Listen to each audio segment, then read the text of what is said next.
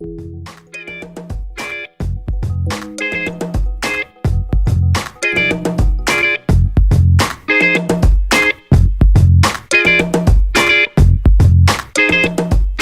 las personas tenemos cualidades para convertirnos en buenos oradores.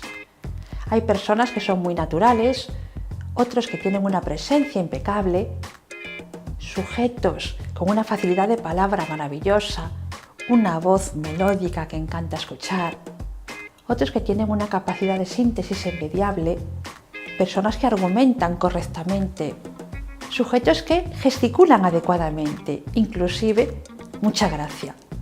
Estas son cualidades que tienen muchas personas, pero no por ello son buenos oradores.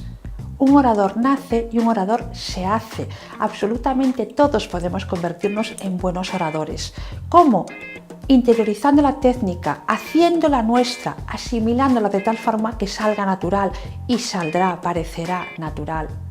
La perseverancia y el tiempo juegan a nuestro favor para mejorar nuestra comunicación. Recuerda, todo lo que está destinado a ser grande nace pequeño.